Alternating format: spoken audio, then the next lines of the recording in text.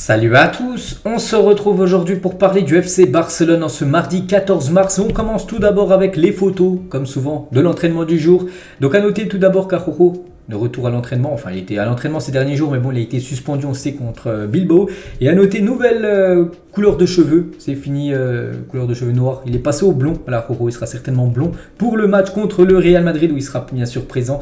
Le défenseur uruguayen, on peut voir aussi Xavi, on peut voir Ansu Fati, on peut voir Rafinha, Franck Kessié ou même Pedri, les gars. Pedri de retour à l'entraînement à 5 jours de ce match contre l'équipe du Real Madrid. Ça sent bon concernant la participation de Pedri, voilà, qui fait son retour à l'entraînement du jour. Donc ça c'est bien sûr une bonne nouvelle pour l'équipe parce que le Barça avec Pedri est bien sûr beaucoup plus fort que quand il n'est pas là, même si lors des derniers matchs où il était absent, le Barça s'en est plutôt bien sorti, on peut dire. Donc voilà toutes les photos bien sûr de l'entraînement. Bon, il y en a encore plein d'autres, mais voilà, je vous en sélectionne une dizaine, ça suffit.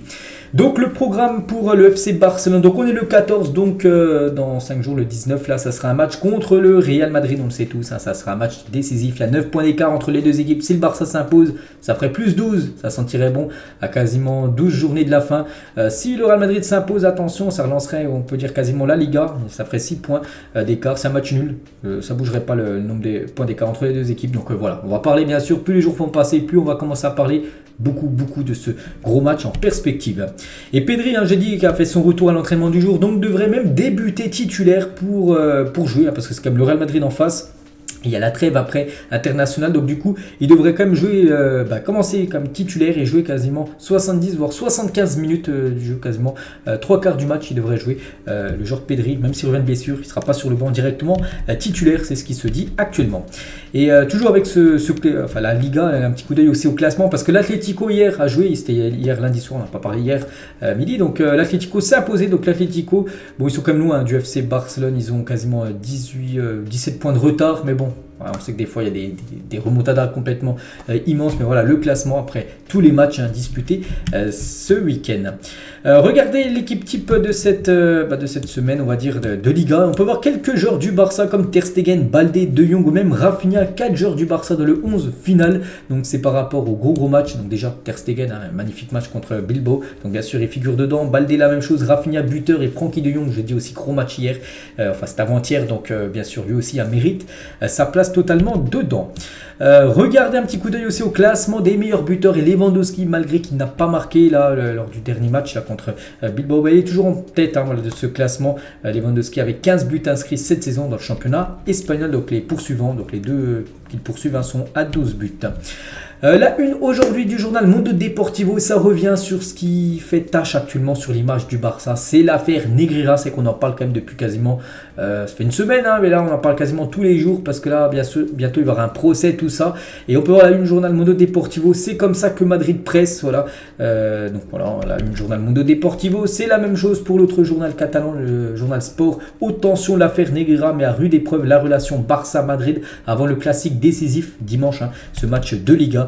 Donc voilà, les deux présidents du Barça et du Real Madrid font c'est une du journal Sport et même du côté de Madrid, la une du journal Marca que je vous présente jamais sur les épisodes du Barça, mais aujourd'hui ça parle du Barça avec qui on peut voir le logo du Barça, enfin le contour.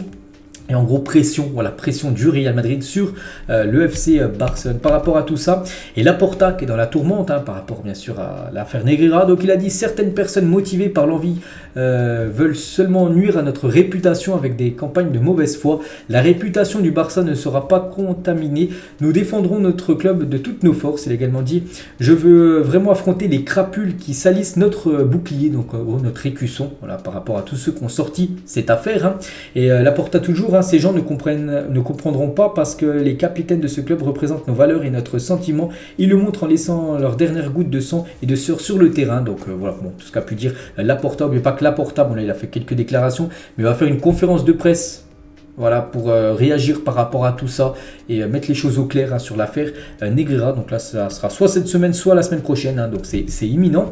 Et Javier Tebas, Javier Tebas, président de la Liga, qui est vraiment sur le Barça, bon, depuis quand même quelques jours, même depuis quelques années, hein, on va pas se mentir.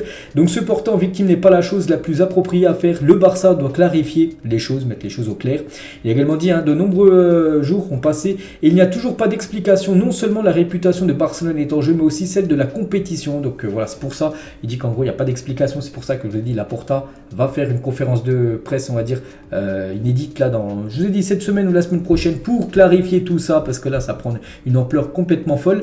Toujours avec Tebas, je ne sais pas si la position du président du Barça est correcte. Je me souviens pas des moments d'une telle crise institutionnelle. J'ai honte. Puis bon, la dernière, ça parle de Mbappé, Liga, tout ça, donc ça ne nous intéresse pas. Mais bon, voilà, tout ce qu'a pu dire Tebas sur le Barça. C'est pour ça que le Barça doit s'expliquer. Enfin, le président Laporta doit faire cette conférence de presse pour mettre les choses au clair, en espérant que le Barça, quand même, n'est pas payé. Parce que nous, voilà, nous, je relaye les infos.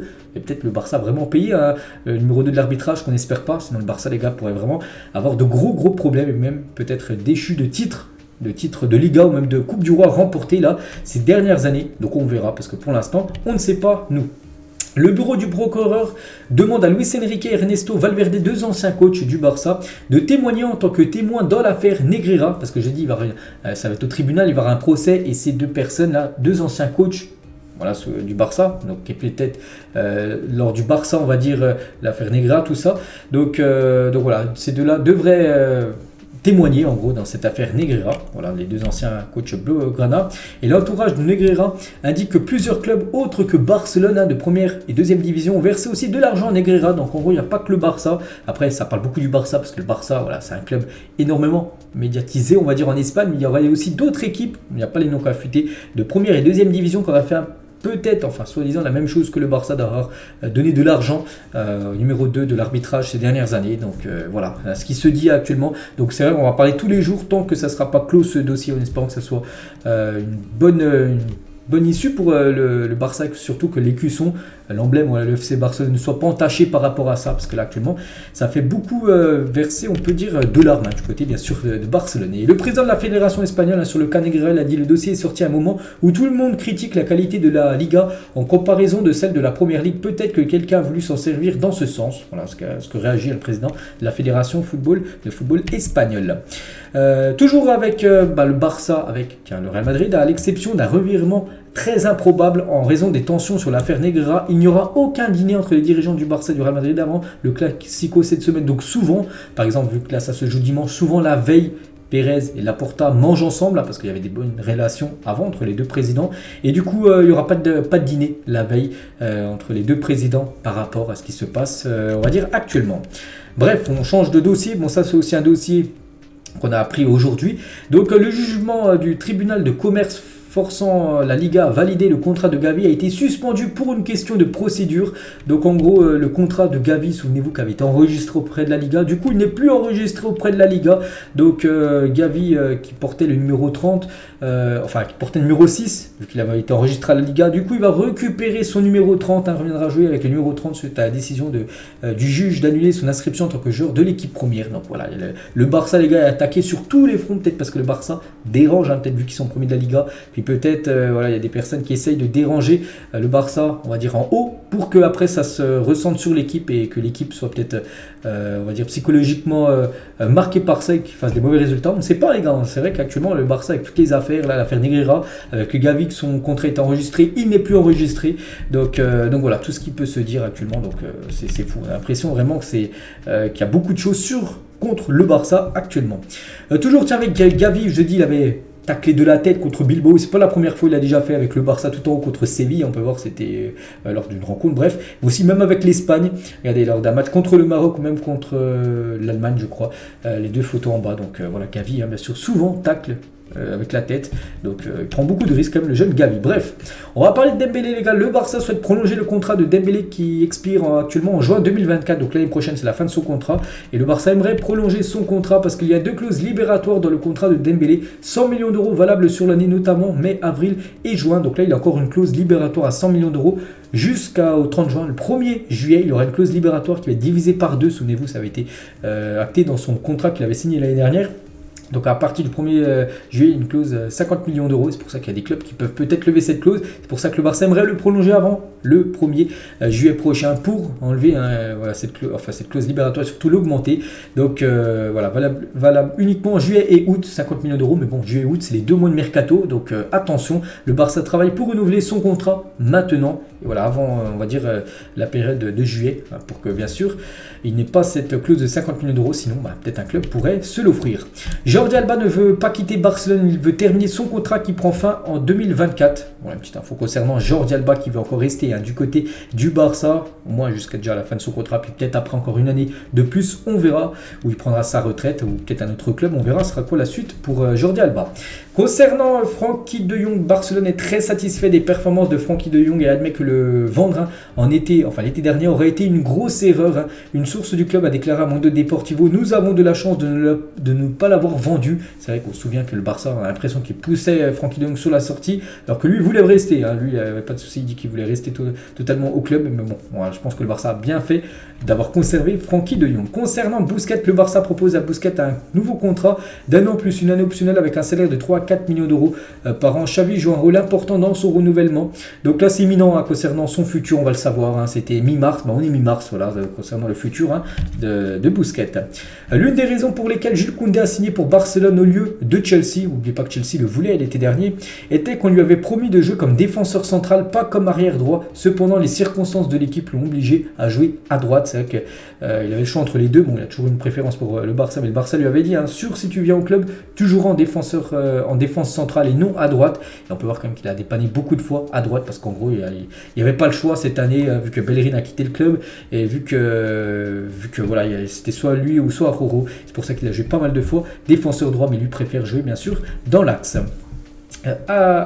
Match, donc c'est un jeune joueur de l'équipe B, s'éloigne de plus en plus du Barça et n'a pas encore renouvelé son contrat. Tout semble indiquer qu'il signera pour Leeds, Séville ou Milan. Voilà, ce jeune joueur de l'équipe réserve devrait quitter l'équipe lors du prochain mercato.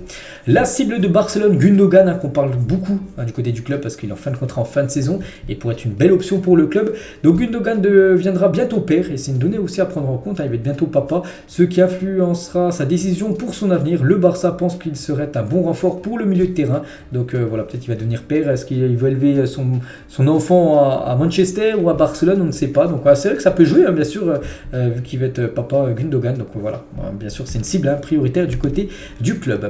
Ter Stegen, les gars, lors de sa présentation au Barça en 2014, n'oubliez pas que l'année prochaine, ça fera 10 ans quand même qu'il est du côté du Barça. Marc-André Ter Stegen, peut-être le meilleur gardien de l'histoire du FC Barcelone. Il y a des grands gardiens, mais peut-être ce sera lui le meilleur gardien qu'on dira dans le futur.